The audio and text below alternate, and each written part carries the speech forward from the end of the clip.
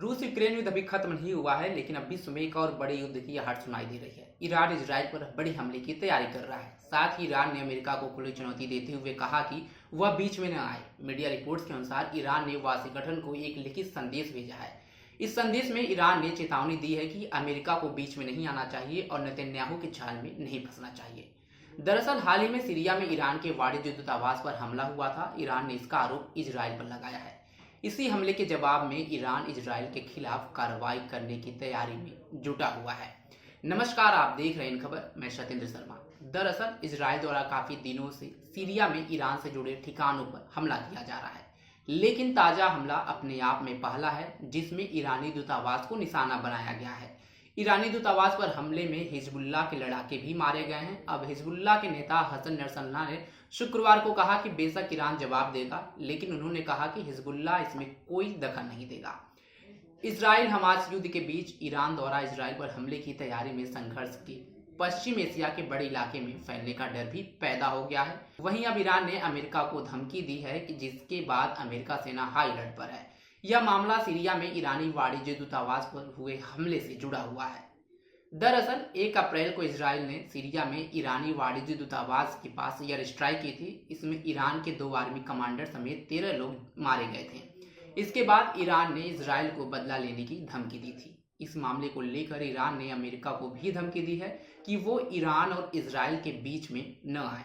राजनीतिक मामलों के लिए ईरानी राष्ट्रपति के deputy chief of staff Mohammad Jamshidi ने अमेरिका से कहा, इजरायली पीएम बेंजामिन नेतन्याहू के जाल में न फंसें। अगर आप चाहते हैं कि हमले में आपको कोई नुकसान न हो तो मामले से दूर रहें। इजराइल को ईरान की तरफ से हमले की आशंका है, इसलिए उसने जीपीएस नेविगेशन सिस्टम बंद कर दिया गया है। माना जाता है कि गाइडेड मिसाइलों को रोकने के लिए जीपीएस को बंद किया जाता है। इसके अलावा सभी सैनिकों की छुट्टी रद्द कर दी गई है। सेना ने कहा कि हमारे सैनिक पहले से युद्ध में हैं। स्थिति को देखते हुए अस्थायी रूप से लड़ाकू इकाइयों की छुट्टी रद्द की गई है। इतना ही नहीं, एयर डिफेंस कमांड को अलर्ट पर रखा गया है। कई शहरों में एंटी बॉम्ब शेल्टर शुरू कर दिए गए हैं। लोगों से कहा गया है कि वो किसी प्रकार के डर में न रहें और न ही घरों में जरूरत से ज्यादा राशन जुटाएं। जमशीदी ने कहा, अमेरिका ने धमकी के जवाब में कहा है कि उनके ठिकानों पर हमला न किया जाए। हालांकि अमेरिका ने आधिकारिक तौर पर धमकी का जवाब नहीं दिया है। वहीं अमेरिकी मीडिया CNN ने अमेरिकी अधिकारियों के हवाले से अपनी रिपोर्ट में लिखा, ईरान के इजरायली और अमेरिकी ठिकानों पर हमले को लेकर अमेरिकी सेना हाई अलर्ट पर है।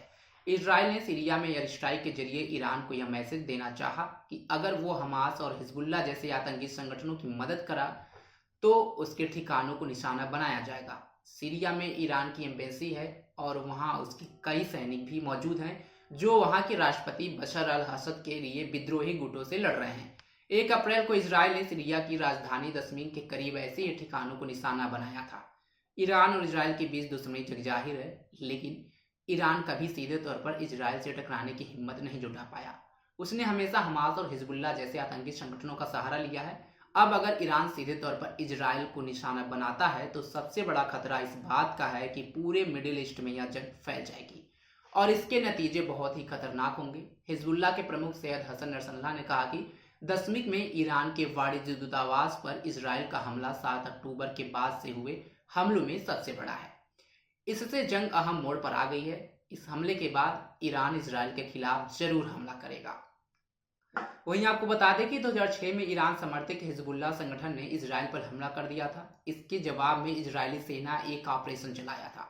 इजरायली सेना ने लेबनान पर ताबड़तोड़ हवाई हमले किए थे। जमीन से हमले के लिए इजरायली सेना लेबनान में घुस गई थी।